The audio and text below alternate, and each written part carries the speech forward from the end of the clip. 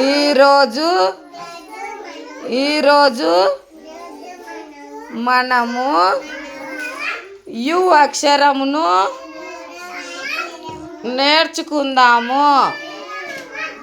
You అక్షరంకు పదాలు ఏమేమి వస్తాయి? అమ్రుల్లా, యూనిఫామ్.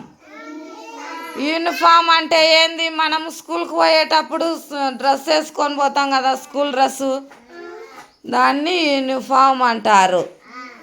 అమ్రుల్లా అంటే ఏంది? అమ్రుల్లా అంటే గొడుగు. అమ్రుల్లా అంటే ఏంది? గొడుగు ఎప్పుడు పెట్టుకుంటాం మనము? వాన పడినప్పుడు గొడుగు పెట్టుకుంటాము, దాన్ని అమ్రుల్లా అంటారు. క్లాప్స్ కొట్టండి, బాగా చెప్పినారు.